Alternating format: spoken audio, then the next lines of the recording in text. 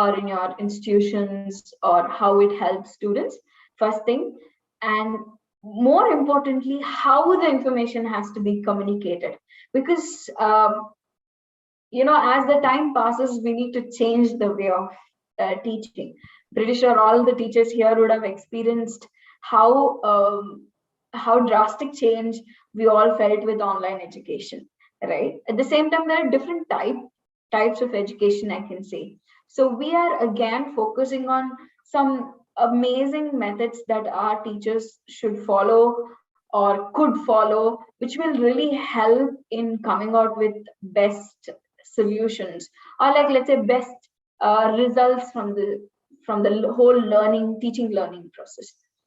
Apart from that, we also have a guest speaker who will be talking about conducting in events, because she is again with a lot of experience in it. I can say every speaker for this whole teachers program comes with amazing experience of doing programs in this whole domain.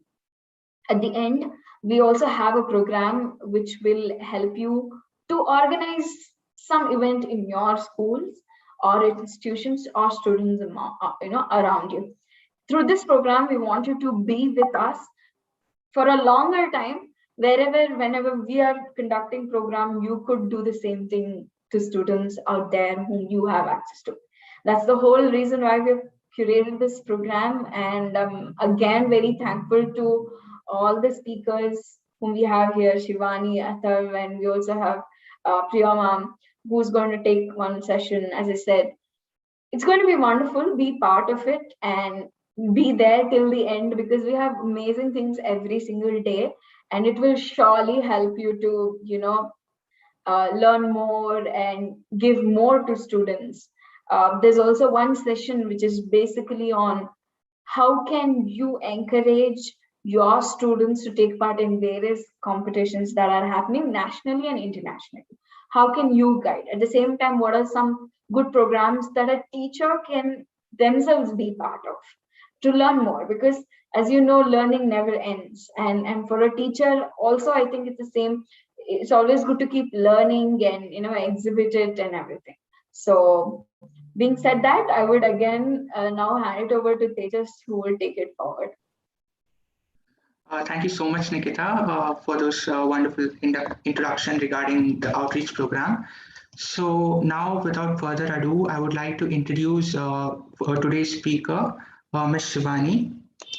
So it is my pleasure and privilege to introduce our today's guest speaker, Ms. Shivani, who is a science educator and a content developer. She's the founder of Wonder Lab, which conducts science workshops for school children and encourage them to learn science in an interactive and experimental way. So Wonder Lab has conducted workshops in schools of Pune, Kolhapur, Nagpur, Goa, Nagaland, Manipur, Assam, Sikkim, and Meghalaya, covering more than 2,500 students. It also has the experience of conducting teachers' workshop in Manipur, Meghalaya, and Goa, and has reached out to about 170 teachers. Shivani is presently working as a project assistant with Ayuka, where she's involved in conducting students and teachers training program on learning science to toys. So it is really great to have Shivani with us today, who will be talking about Neuro Linguistic programming and emotional bank balance. So without further ado, I hand over the session to Shivani. Hello, am I audible? Yes, Shivani. Yes. So it is really nice to meet you all, and I could see like teachers from all over parts of India have joined us in the meeting, and also have joined us on YouTube. So it is a really nice opportunity for me to present all these things to all the teachers. I think neuro-linguistic programming is something which is like inbuilt in us. Like when I start telling what the things are, each and every teacher is going to get the feeling ki, yes, this I know, this I have done somewhere, or this I have experimented somewhere. So it comes from within. But we also have some scientists and some philosophers, I'll say, or psychologists, I'll say, who have curated all these things, who have written papers on all these things, even if it is very intuitive. Like neuro-linguistic program is programming is very intuitive, but yes, they have studied all these things, and let's see what they have to say. And I'll also have my own experiences, which I'll be sharing with you all. And I would love if the teachers also participate, like from the meeting, if they find that, okay, this is something I should share on this platform, and if they resonate with the responses which I have gathered. So I think all the teachers present today have filled the response sheets that we had sent out. It is a very big part and very important part of today's session. So I think there were like 10 to 15 questions, around 10 to 15 questions in that questionnaire, which were really, really easy and very day-to-day life questions. But they give us really, really important information, I'll say, about ourselves, about how we learn or how we use our sensory organs to grasp information which reaches our brain in a way. Okay, so there is a process in learning, how we get to the information, like our sensory organs, how they grasp the information, how it reaches our brain, and how we process it. So not every person is the same. Every person is different. And the permutation and combinations of all these things differ. And I'll be really happy to share all these things with you, like how we learn. And we'll also see how the students learn.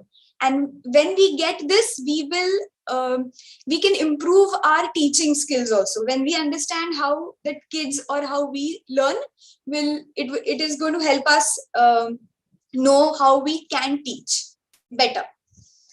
Okay, so with that short introduction, I'll share my screen. Just a moment.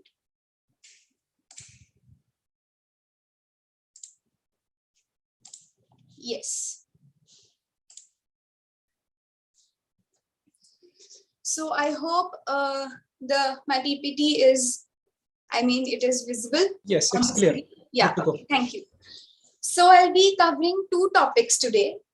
One is Neuro Linguistic programming, which is a very, very, very vast topic. It is a very vast topic. It is used in many fields around the globe. But I am going to pick a very small chunk of that topic today, of how we can use it as a teaching aid. And also I'm going to cover one small topic about emotional bank balance. I'm going to cover it again in the reference of teaching. So if you want to learn more about it, I'll give you some references about the papers where from which I learned it, or the courses from which I learned all these things, or emotional bank balance, or the books.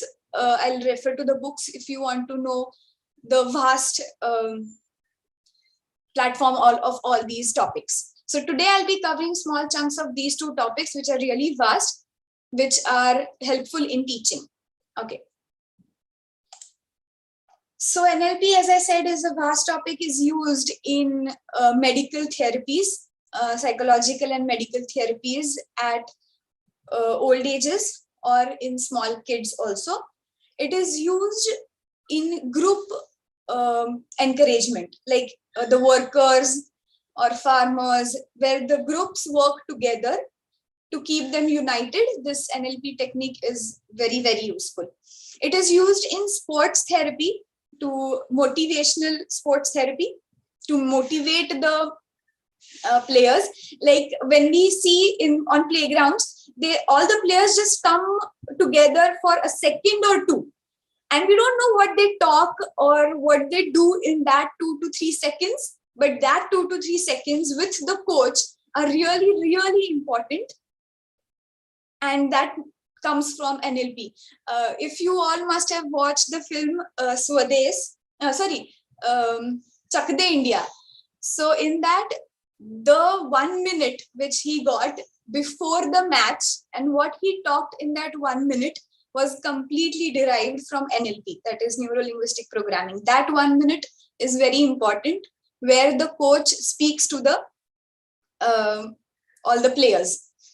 And then it is very, very importantly used in marriage counseling.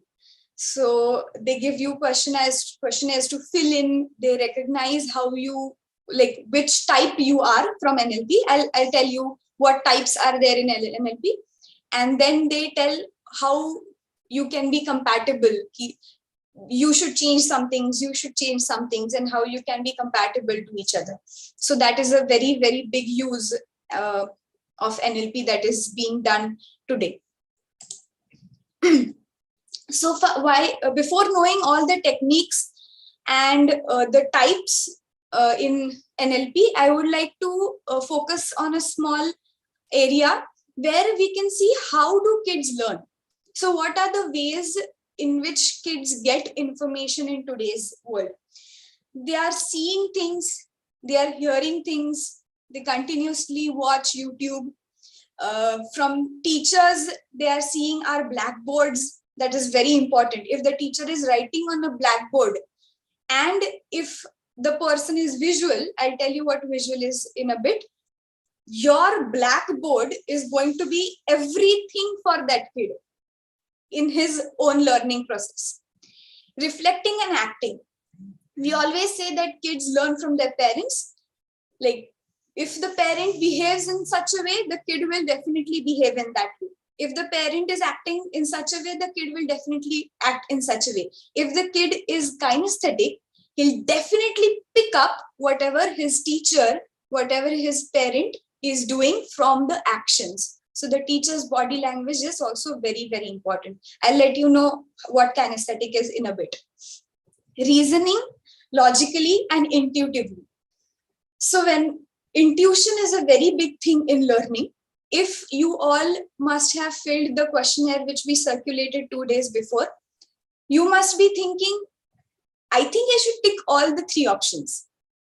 If you have filled the questionnaire, you must be getting what I'm saying. I should tick all the 3 options. I think this is 60%, 20, or like 30, 33, 33, 33%. I should tick everything. So that comes when we grow up. But in kids, intuition is like 80%. They learn from intuitions very, very strongly. Memorizing and visualizing. They also try to use their memory. They memorize things. They visualize things. Drawing analogies. This is something like if one thing is done in some way, they'll try to do the other thing in the same way. That is analogy. They'll try to use some prior knowledge in something which they don't know at all. So that is also one part of learning. Building mathematical models. So this is something we teach them to do, how to build mathematical models. And it is also one of the very important ways in learning. So what are the basic inputs to our brain? That is very important. As I said, all these 5 organs are said to be our sensory organs. So eyes, tongue, nose, ears, and our skin. So whatever information is going to go to the brain has to come from these 5 sources, right? So whatever your eyes see goes to the brain, whatever your tongue tastes will go to the brain, whatever you smell, whatever you hear, and whatever you touch is going to go to your brain for the further processing. So these are the 5 very important inputs for our body. So what NLP tells is, NLP tells that 3 of them, that is eyes, ears, and skin, are the very sensitive organs in the childhood. So these are very, very sensitive and information collection ke liye important. Like eyes, ears, and skin are the 3 basic, very important organs which collect information in the childhood. When you are a kid, that is what I mean. So NLP is based on these 3 sensory organs, that is eyes, ears, and skin. So now let's go to the bit where how we teach. So we saw how kids learn, and now we'll see how we teach. What we do, we deliver like detailed lectures, we give demonstrations, discussions, we discuss with kids. Some teachers are keen to focus on concepts, principles, applications. We emphasize on memory. Tables, you should have by-hearted tables, right? So that is one thing. We give importance to understanding. So if you don't understand, you cannot know it or you cannot by-heart it. That is also what we tell kids, right? Please understand the thing and then. So what do you mean by understand it? When you say understand it and then we'll go further. If you have not understood, we'll do it again. So what do you mean by understand it is what we're going to see in the next slide. Yes. So what NLP tells is NLP has three categories, or we can say VAK are the three basic explanatory parts that I want to tell you. That is visual, auditory, and kinesthetic. These three learning types are very important. And these are the simple ways to understand also, like how we learn or how the kids learn. So I would like to explain these three things first. What is visual? So if there are 100 kids in my class, for example, some kids would say that whenever giving exams, they would say that I remember the teacher had written this on the blackboard somewhere. I remember that. So his memory is photographic memory, or that kid is a visual kid. So 33% of your class are visual kids. What is auditory? The kid while giving exam, he or she would say, I remember that I heard this somewhere. Teacher ne kaha tha, mujhe yaad hai, maine suna tha. So he remembers what he hears. And kinesthetic student, what he does is, मैंने जब notes लिए थे, when I took notes, I remember I had written this somewhere. And so he remembers that when he is giving an exam. So what a visually strong person remembers is what he sees and what he reads. What a auditory or ears, whichever person's sensory organ, ears is the strongest, will remember what he has listened or what he speaks. Because when you speak, you hear. And kinesthetic person, he or she will remember or understand it better when he does things. He writes it down, or he makes models, or he touches the things or the models, or he's doing it by himself. Like his skin is involved in the process, or the ambience is involved in the process. Why am I saying that this is very important is, I'll give you an example, then you'll understand. There is a pair, imagine that there is a pair, a mother and a kid, okay? The mother is auditory and the kid is visual. The mother is saying, he does not study at all. The kid is saying, no, I study every day, ma. The mother is telling the teacher, no, he does not read loudly, no, then how will he understand? The kid said, why should I read loudly? I'll read in my mind and I'll understand. So the mother thinks if he does or she does not read loudly, he is not going to understand. But as the kid is visual, he reads in his own mind and he understands. So that is the difference. Or vice versa. If the mother is visual and the kid is auditory, and the mother is telling something to the kid, and the kid is looking somewhere else, what will the mother say? Look at me, no, I'm talking to you. I'm not talking to the walls. I'm talking to you, no, look at me. The kid is saying, I'm listening to you, no, why should I look at you while I'm listening to you? I use my ears to listen to you. So if you go around and see, you'll find such examples everywhere. So the mom will think that the kid is not listening to her at all because he or she is not looking at her. But the kid thinks, why should I look at her? I'm listening. No, my ears, I use my ears to listen. No. So I am listening. I am understanding what she's saying. So these are the three people who like these are the three things which we should understand we use while learning. So whenever the kids are visual, what they do is they remember what they see with their eyes. What do auditory people do? Auditory people remember when they listen things. And kinesthetic people, they'll remember or understand when they do things on their own. So if you want to know more about this, or you want to read more about this, I have referred the paper known as Learning and Teaching Styles in Engineering Education, and the author is Richard Feder. If you want, I can share links with you. You can mail me afterwards. We'll share the links and the papers afterwards. So I think now you have understood what an auditory and kinesthetic person means. And this changes gradually. Okay, you should not be 100% auditory. As a person should not be 100% auditory, not necessarily. All these things are percentage wise. So if, like, I'll tell you my example. So I am 80% auditory, 10% visual, maybe 10% kinesthetic. So I'll give you an example. Even if my phone is there on the desk and I'm looking at the desk, when I say, where is my phone? When I say this loudly, I see my phone like in a second. But till then, I'm searching because my brain has not received the information still that you have to search for your phone on the desk. And so that is why you are looking at the desk right now.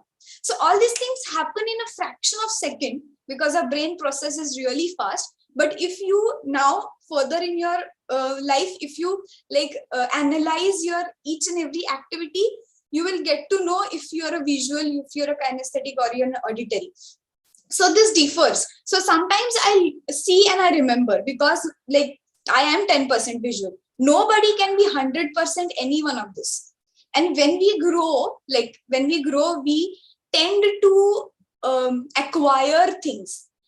So a child maybe will be 95% some of this and like 2-3% the other. But when we grow, we try to read books. We try to do some things on our own. So we develop both the sensory organs, which we are not by birth. So by birth, I am auditory. I know that. But now I am improving my visual and kinesthetic skills too. So why I had circulated the questionnaire with you people yesterday was to know if you are a visual, you're auditory, or a kinesthetic. So if you have the answer sheets with you, whoever has ticked mostly A is visual, B is auditory, and C is kinesthetic. You can find out your own percentages from this. So I had written in the top, please fill it intuitively. Don't think about it very much. Okay. So now how can we use this while we are teaching the kids? So if you think that the person or the kid in front of me is a visual, how can you do that? You give them a questionnaire in the classroom. This is also a very good activity. Whatever the questionnaire that we have given you, you can print it out, give it in your classroom and like collect the things, and then you can give marks. Like not marks, but you can find out if the kid has marked all A or whatever percentage of A, then that the kid is visual. Whatever percentage of B, he is auditory, or C is kinesthetic. So what we can do is, if you know that, or if you understand that the person is visual, you can give them colorful pictures, like books with colorful pictures to read, or you can give them, you can create your classroom really colorful with different types of charts in the classroom. Why? Because these kids are going to understand or learn when they see at things. So first thing, as a teacher, your blackboard should be really nice and tidy. It should be written really well with headings, underline, then the definition. Or if you're solving a math problem, try to solve it till the end, till the answer is equal to one below the other is equal to. I'm telling you why. Because these kids' memory is photographic. He's going to understand or remember the same way in which you are going to write the blackboard. In later life also, he'll remember your blackboard because his eyes are really sharp and he's going to click photographs of the blackboard that you are writing. So visual learning styles involve use of seen or observed things, including pictures, diagrams, displays, handouts, films. Films are really good way to teach kids some things, or flip charts, etc. Now let's see what auditory people do. Tejas or Atharva, please remind me when time is getting over, because I'll tend to Sure. yeah, okay. So what auditory people do is they love to listen. They love to listen to music. They love to listen to concerts. So what we can do is we can tell the kid to read a poem or the book loudly for the whole class, so that he or she can also understand, or narrate more poems for them in the class. That can also be done. Why? Because auditory learning style involves the transfer of information through listening, because their sensory organ, their ears are very, very, very sharp. So I'll give you one more example. If there are like 10 people sitting on one table and someone's phone rings, so immediately only 2 or 3 people will notice, yes, someone's phone is ringing. Afterwards, the next 2 or 3 people might understand, and there will be 2 or 3 people on the table who have not heard also that the phone was ringing, or who will not, their brain will not register that the phone was ringing. Even sometimes the person who has the phone doesn't understand that it is ringing, but this person besides him would tell him that your phone is ringing. Then he'll understand, oh yeah, my phone is ringing. Because if the person is visual and if he is seeing something, his complete brain is concentrated on what he is watching and not what he is listening. But a person besides him sitting, if he is an auditory person, even if he is looking at something, even if his or her eyes are working, his ears are working all the time. So there are people who could hear like दूर भी कहीं कुछ थोड़ा सा भी आवाज आया तो सुनाई देता है. सुनाई सबको देता है. Everyone has ears, but it registers very quickly. It is not that my ears are more sharper than that person's ears. It is not like that. Everyone hears it, but the person who is auditory, if he hears it, his brain will register that in a second, because that path is more strong from the ears to the brains. So whatever we speak, or whatever the person himself or herself speaks, all the sounds and noises are registered very, very clearly in his or her brain. And I'll keep giving you more and more examples in your day-to-day life so that you can relate to all these things really nicely. Kinesthetic kids, what can we do for the kinesthetic kids? Now, our education system, what it has done is, it has neglected all these kinesthetic kids, which are almost 33% of them in our crowd. So what we do is we write on the boards, we have textbooks, which satisfies the needs of all visual people. We talk a lot, all the teachers, we talk a lot in our class. That is very, very necessary. For the auditory people, what do we do for these kinesthetic kids? What do we do? So we should do something for these kinesthetic kids. So we have, in Ayuka, we have developed a platform called Science Toys or Space Toys, where every teacher can carry a small toy or a model of whatever he is teaching in the class and circulate it in the kids. So all the teachers must have experienced this also. I'll give you another example. If you bring something in the class and you pass it on to the class, some kids will look at it, oh wow, very nice, they'll pass it on. But the thing or the toy will remain somewhere in the audience. So there are some kids which will keep playing with it and will not pass it on. So you tend to understand, or you need to understand, that those kids are kinesthetic kids. They need something in their hands, or they need to do something with their hands to understand or to learn something new. So you will find some kids in your class will come continuously playing with their pens, or continuously playing with their pencils, or even with their hair, or with something. They'll keep playing with something, and will be like, why can't you stay still? Just sit like this and look at me and learn, no, or listen to me, no. But it is not their fault, or it is not that they are doing by purpose to annoy you, because they cannot, because their listening or understanding capacity is through their hands and through their skin. So they tend to do something or the other in the class with their hands or with their skin. So if you circulate these toys, let it be in the classroom audience, or in the classroom with the kids.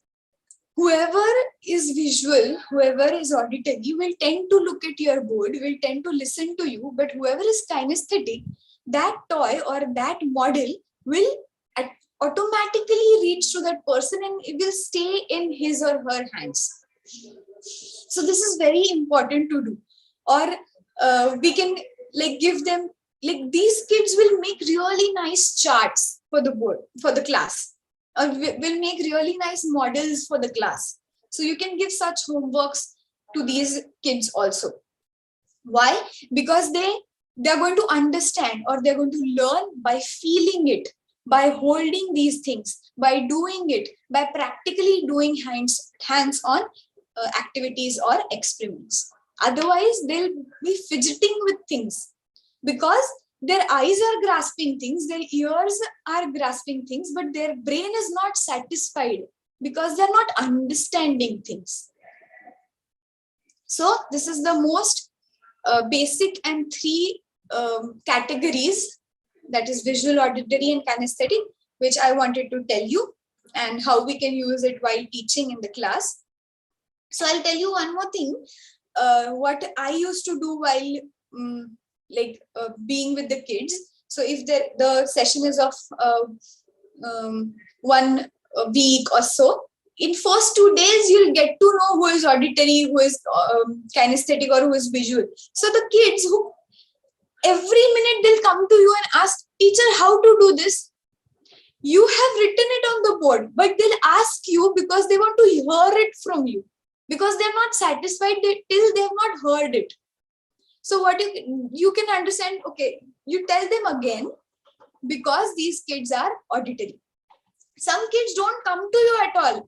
They're happy in their own world, because they have the books with them, or they have been satisfied with whatever material they have with them. So these are the categories of kids you will see in every class. And I think we should satisfy the learning urge of all these kids in our class.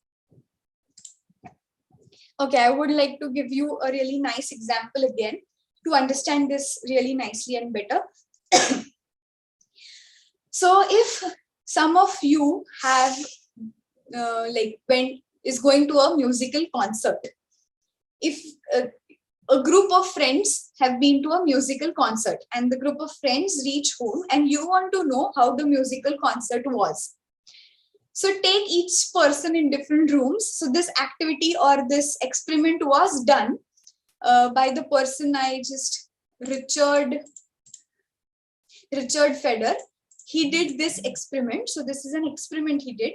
So he sent out 10 people to listen to a musical concert. And when the 10 people came back, he took each and every person to a different room, and asked them to describe the musical concert. So many, a percentage of people described it as follows. When I went to the concert, the lights and the stage was really nicely decorated, man. And all the band, all of them had really nice clothes. really colorful clothes. And I could see that the instruments were so good and the guitars were all modern and equipped. And it was so beautiful to look at. Everything was very beautiful. The lights were really nice. The 2-3 people who are in the other room described the musical concert as, they can describe it negatively or positively, that doesn't matter, but they'll describe the music was really soothing. I could hear each and every note and it was really pleasant to my ears. But what happened in the interval, after interval, some echo was coming and it was really irritating. Some instruments mic was not working properly, and that echo, that shrill noise really troubled me a lot. But the overall concert and the speakers were really good, and I really enjoyed the musical concert. Some 3 to 4 people other than these two, how they would tell the experience of their musical concert. When I went inside, the ambience was really good, man. They had the hall of the concert was so warm and the AC temperature was really nice, and where the cushions were, but the chair cushions were really good, and the sound of all these things, the lights, and they made such a great ambience. I enjoyed it thoroughly. So these are the 3 types of people who will describe a musical concert in these ways. So now you also can understand what a type of person you are, or how you understand things better when you compare all these things. Or one more example I would like to give you is, whenever you go to buy clothes. So some people tend to buy clothes like they're walking on the roads. Wow, such beautiful dress, on the mannequin only. They'll go and buy it because they like the color, because it looks so good. They'll visualize how it will look on themselves and they'll purchase it. Some people will say, no, it is good on the mannequin, but I should see how I feel in it. So these are kinesthetic person. They'll never buy clothes without trying. And these people cannot shop online because they can never buy clothes without trying and without seeing if it is comfortable for them. Then they'll not care how it looks. And people like me who are auditory, we find it very difficult to shop in a shopping mall where there are no people around. When there is no shopkeeper who tells you कि madam ये आप पे बहुत अच्छा दिखेगा. Because these shopkeepers also have a sense. Whenever I go by, like many of you in the audience must be auditory and must be resonating with me. Whenever we come back with our clothes, many times what happens when we look at the clothes, this is the same thing where I'm wearing, man. This is the same color combination that I'm wearing. And he talked so nicely that I bought it. So these are the different people. These are the different types of people who are there all around us, and we are one of them, and we should recognize what type we are, and we should recognize what type our kid is, or the kids in our class are, and then give them information accordingly. So I'm not saying if a person is visual, you provide only visual aid teaching things. No, you should also provide auditory or kinesthetic things also, because that will increase their capacity of their ears and their skin and doing things also, because not each person, like one person is not completely visual or kinesthetic or auditory, as I told you. But the main information or the very important things that they want to grasp or process are going to go through their best organ that they have by birth. So I think I've covered this slide. We'll just go through it. What we can do for visual kids, we can write our boards really nicely, like beautiful boards. We can make the classroom more colorful. What we can do for our auditory kids, we can have, this is a very important thing. We can have a variation of pitch and tone while speaking. So if you would have heard me talking right now, I really have high pitches, high volumes in my voice, or sometimes when I have to take a break or if I have to change my slide, I become completely silent, because that is what I tend to do, or that is what my brain tends to do. You will see some teachers or some people speak in one flow, that there is no highs and lows in their speech, nothing. They'll talk like normally in one line. So listening to these people for auditory people becomes boring. Whoever talks in like one tone or one pitch, listening to these people for auditory people, whoever, becomes very boring.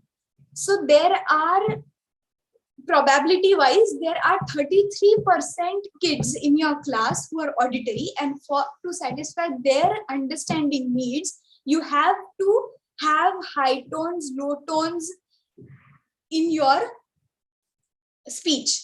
So I'll give you one example, because my teacher was really good. My science teacher was really good, and he always taught us in using all these things. So his board was spick and span, really beautifully. He used to write his boards really beautiful. His diagrams were like beautifully drawn. He used to use colored chalks for his diagrams, and he also had pitch, high tones and low tones in his pitch.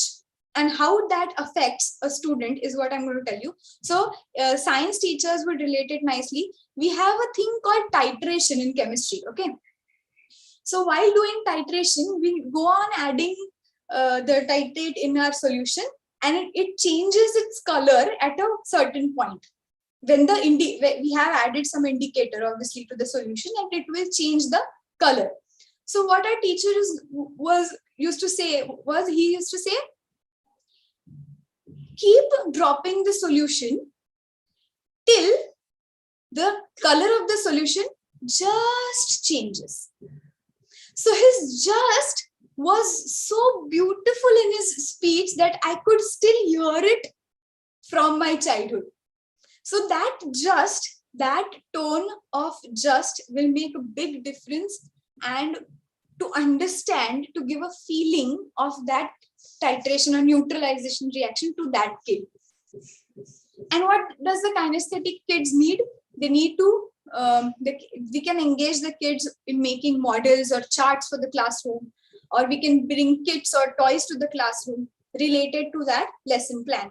So I think in Ayuka, we have like thousands of science toys related to each and every concept from each and every standard. So if you want that, I would be happy to pass that information on to you. So afterwards, I'll give you the links.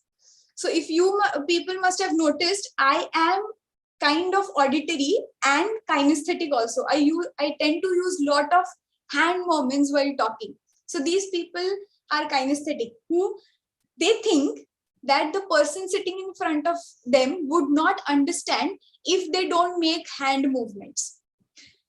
So some of you might be wondering that why am I making so much hand movements? That is because I am partially kinesthetic, and the people sitting in front of me who are kinesthetic would love that because they are also kinesthetic. So this is something which we will enjoy when we start exploring for ourselves also and for the people around us also. So what can we, we'll go to the next topic now. What can we do to become a good teacher?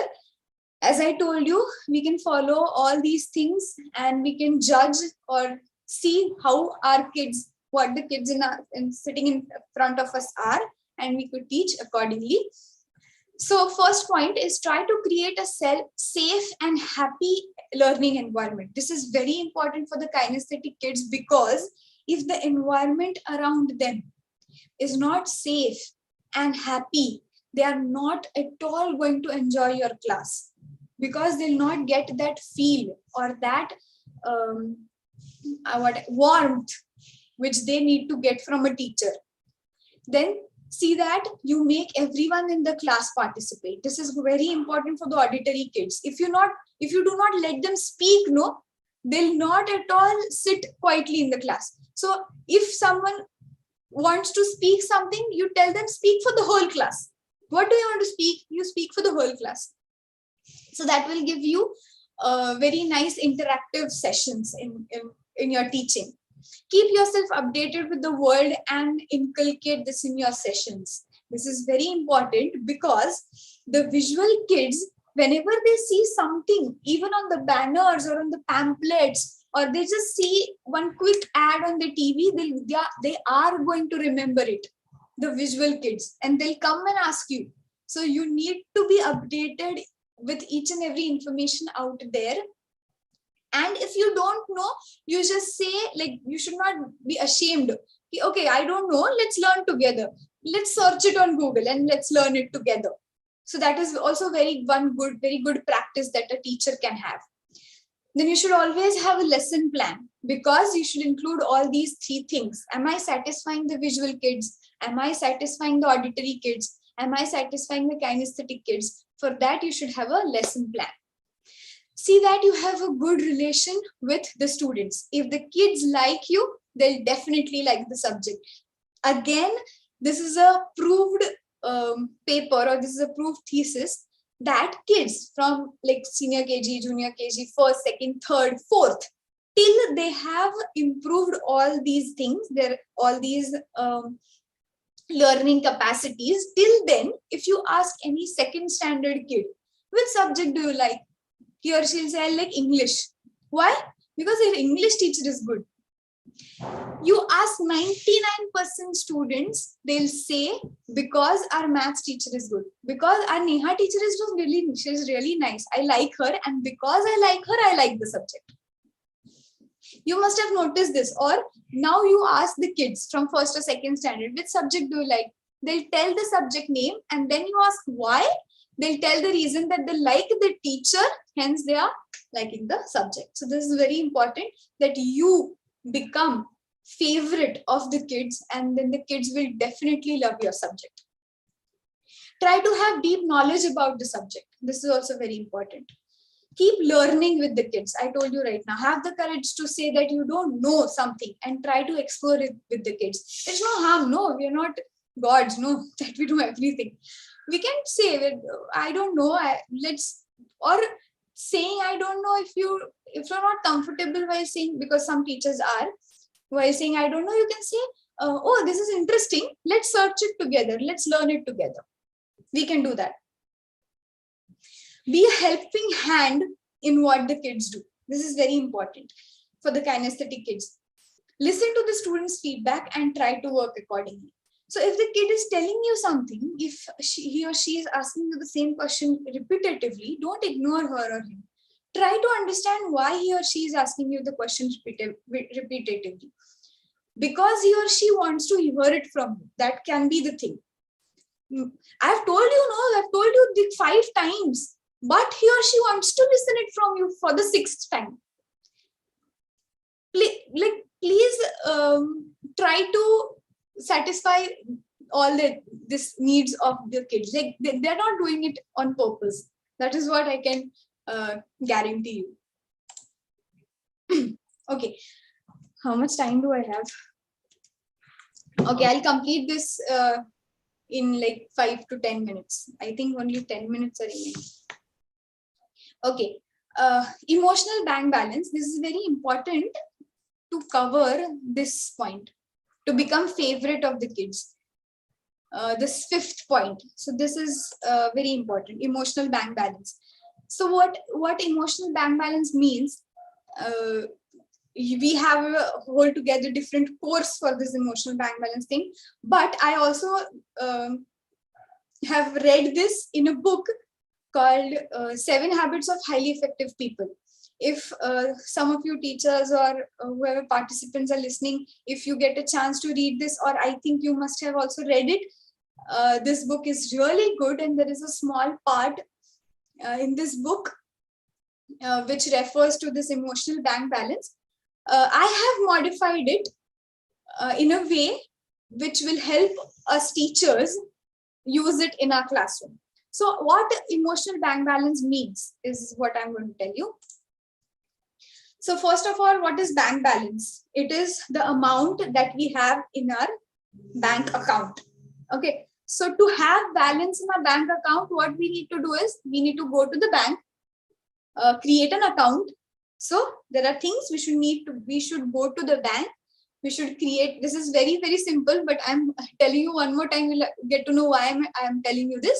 You should create an account, and then you can deposit, like credit or debit your money, right? So there are 4 things. First, go to the bank, create an account, then you can credit or debit whatever money you have credited.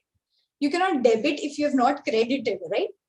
So we all are familiar with all these things. So what is emotional bank balance? So if I meet a person, or if I meet some person, this is one person. If I meet this person today, I create an account of this person in my mind. So our psychology works in this way. So this is how our mind works. We create an account of that person in our mind. Okay. Now I've met this XYZ person, an account is created. If I meet this person second time and he or she does something good for me, not necessarily like give me money or bring sweets for me or like talk good about me. No, even if he or she makes me feel good, money is credited in my emotional bank balance account.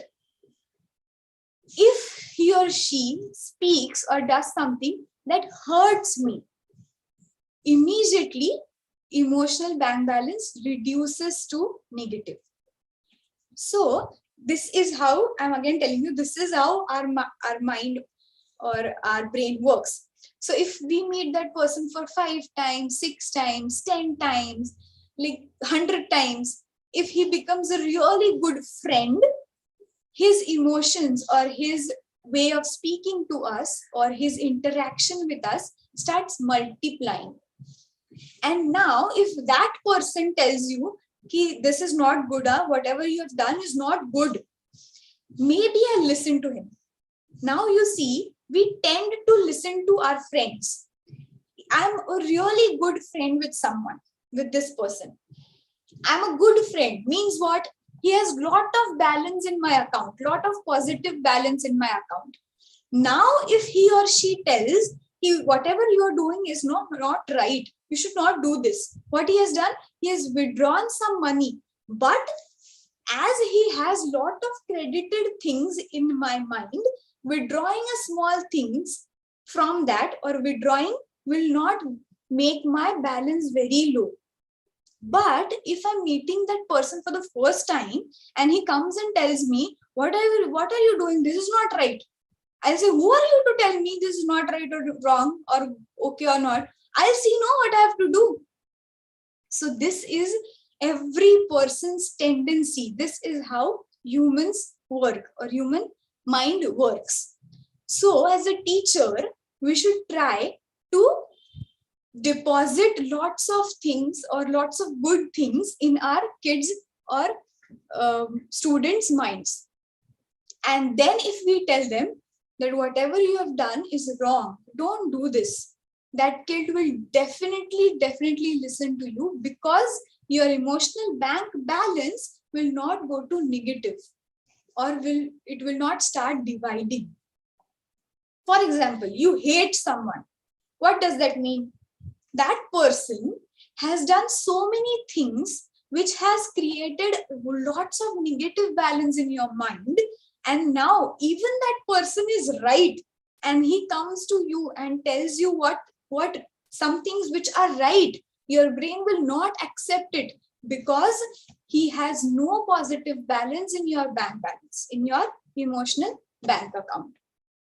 So you start hating that person. So if your kids, if your school kids, if you want them to love you, you have to first do what they love. Sing songs, tell them stories, bring good books to the class, or do things like you have one span of 1 year. Spend 1 week to increase your emotional bank balance in that kid's mind. And definitely the rest of the year, they'll do whatever you say.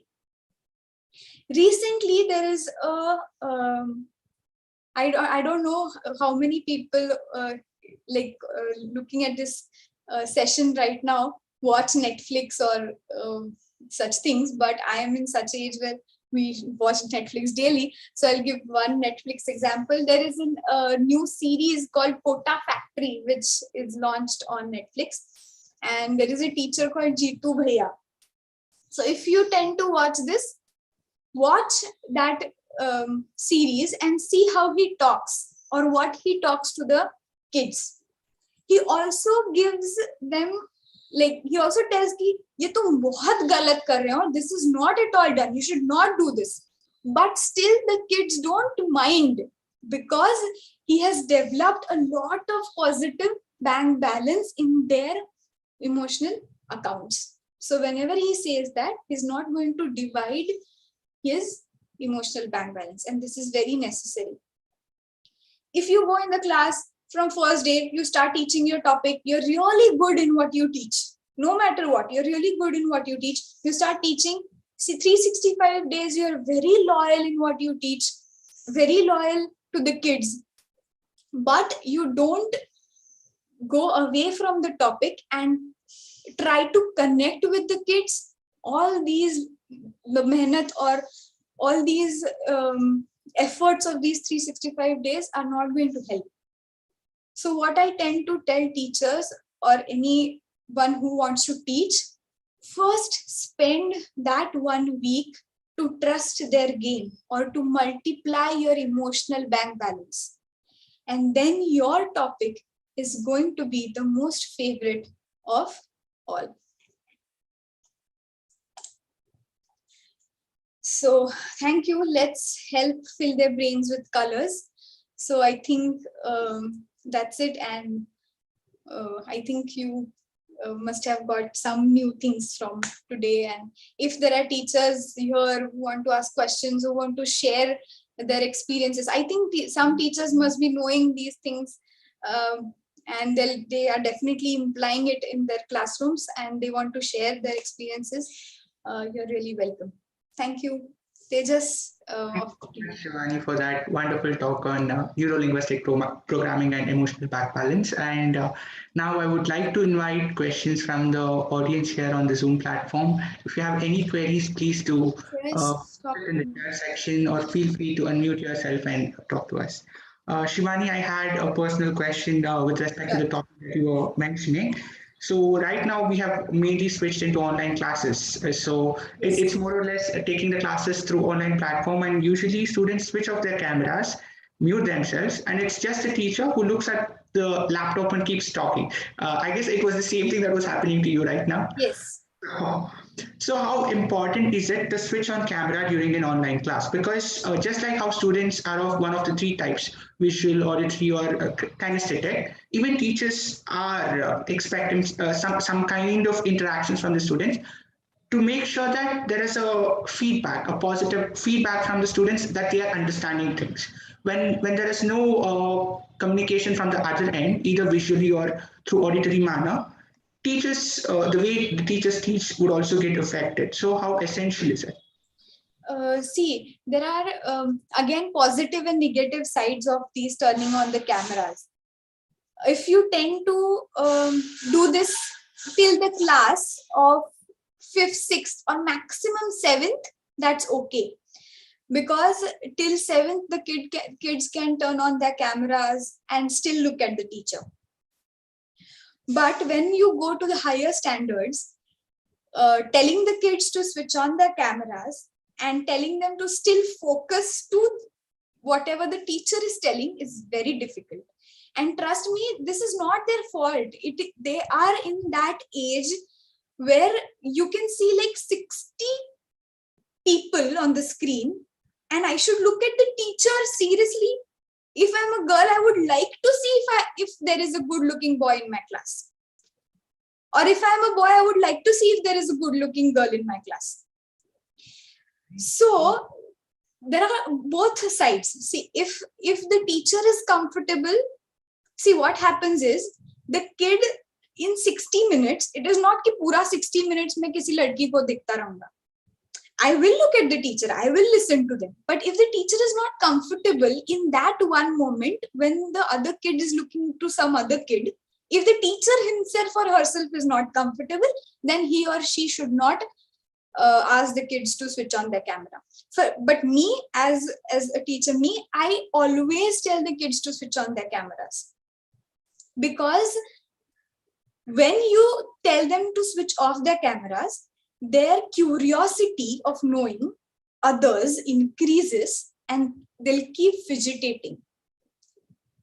When the cameras are on, ek baar dekh liya, nice. Now I'm comfortable. Now I'll listen to my teacher. I'll see what she or he is teaching and I'm fine now. Like if I would have been the student and if all the cameras were off, I would be like, okay, I have to listen. I have to give attention. I have to tell my brain that 50 baar ki mujhe dhyan dena hai, is what happens. See, it is again these three kind of people. No, so the kinesthetic kids will not at all, it will not matter to them ki camera on hai ya nahi. But visual people will be like really irritated ki kuch bhi nahi dikh raha hai screen pe, teacher ko dekhna hai 60 minutes, really. So that will happen. So I think the teacher should give them a preference कि आपको अगर on रखना है तो आप on रख सकते हो, अगर आपको off रखना है तो आप off रख सकते हो. So that is what I do. So I see 40% to 45% kids keeping their cameras on, loving to interact with me, but there are 50% people or kids who don't like to switch on their cameras. I think we should not make it compulsory, but if they wish, we should keep it on, because it depends on the teacher also. No, see, why right now I made really colorful and nice pictorial slides so that all the visual people in my session will be happy. I was talking continuously. If you would have seen, I did not stop for a second. So I made sure all the auditory people in my session are satisfied. And also I had given a questionnaire before the session to fill in something to do.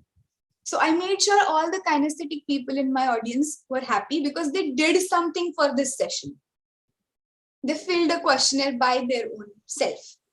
So all the teachers should make sure that you cover all these things. And I'm sure your session, your teaching class will be fantastic because it's a show that we put up every day, right?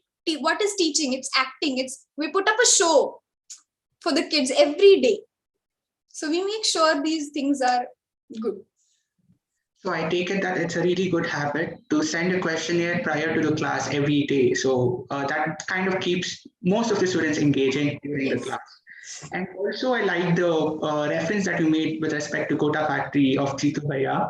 So, so nice with that. What are the techniques that you adapt to increase your emotional bank balance with the students? Yes. What I tend to do is, first of all, be a very good listener. And that is not very hard for me because I'm an auditory person. So whenever I start teaching, even if one kid is talking, I stop. I let the kid talk. What do you want to say? Oh, yeah. Then it is completely out of the question, out of the syllabus only. Something, मैं मामा के घर गया था, वहाँ जलेबी थी, something like that. Off will come. But let him talk. Oh, nice. How was the jalebi? It was nice. Very good. Bring some for us also in the next class. It is a matter of 1 second. But that person will sit in his chair and look at you, listen to you for the next 40 minutes. But if you don't let him or her talk for that 1 second, he'll keep talking for the entire class with the people sitting around him. And it will disturb the whole class. So whatever, I tend to attach with them emotionally in their personal lives. If whatever they have problems, I tend to listen to them. It is not necessary that you solve each and every problem of each and every kid. Even if you listen to their problems, that is okay. और ज्यादा भी ये नहीं करना है.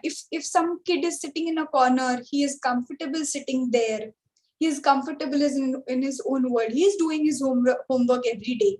Don't don't go and like you sit here every day, now sit here. Like don't do that. Let him be there in his like uska comfort zone ban gaya hai. Understand that he is kinesthetic and he loves his comfort zone, his own space. Let him be there. Don't force him to talk like you don't talk in a class and now you have to talk. Don't do that. No, he will understand. He'll start talking when he is comfortable in the class. Okay, and with respect to these three classifications, we also come across students who are extrovert, introverts, and ambiverts. Is there any inclination between auditory, visual, and kinesthetics and extroverts, introverts, and ambiverts? Yes, it is. So mostly auditory people are extroverts. They're extremely extroverts. They tend to talk a lot. They tend to they are also good listeners. Okay, not only they talk, but they are good listeners. Or they'll say, "Ki you tell me now what happened. We'll see what we can do." If you don't tell me, how I'll understand? Do you get my point? Or there are some people who will say, "चल देखते क्या हुआ, तू मुझे दिखा क्या हुआ, फिर हम देखते हैं उसका क्या करेंगे." So they are visual. They try to analyze the problem. Will they see it? And what will kinesthetic people do? You sit near me. First, you calm down. They'll hold their hands. They'll give them a hug. Problem gaya kahin aur. They'll try to make the other person comfortable. First, sit, be calm, be quiet. फिर देखेंगे problem क्या है. So they analyze the person in front of you and then solution का तरीका बदलो. This will help in your relationships also. It is very good in all the relationships, mummy, papa, your life partner, your kids, your students, everywhere this will help. So if you are I am auditory and if my partner is kinesthetic and if I keep telling him, mujhe bata, he's going to get pissed off. He's like, keep quiet, no, I have to sit now. Let me analyze my first problem of my own. Or if you start giving him advice, ye karke dekh, wo karke dekh, he'll go mad. And if you don't give advice to auditory person, he'll go mad. Kuch to bata yaar, kya karu, jaldi bata. Because he's auditory. So analyze the person in front of you and then accordingly change your approach. I mean, neuro-linguistic programming is a very new topic, relatively new topic to most of us who are present here. And I see that it has a lot of scope for application and day-to-day teaching. And it was really wonderful of you to talk about all these things and covering all these aspects. Now, I invite the audience here on Zoom to ask you questions if there are any.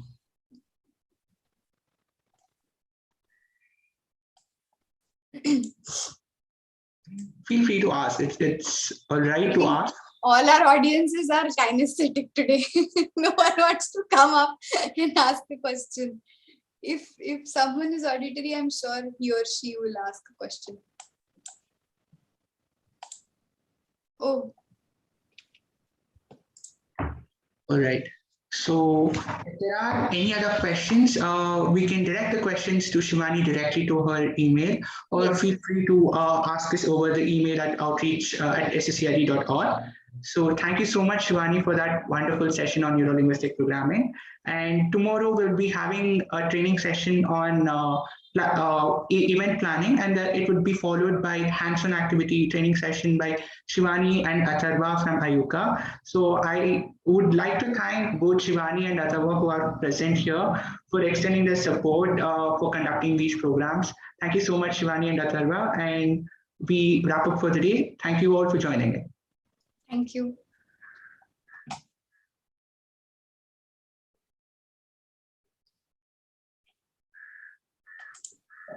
Okay, I see that there is a request from Fatima. What is Meter Yak?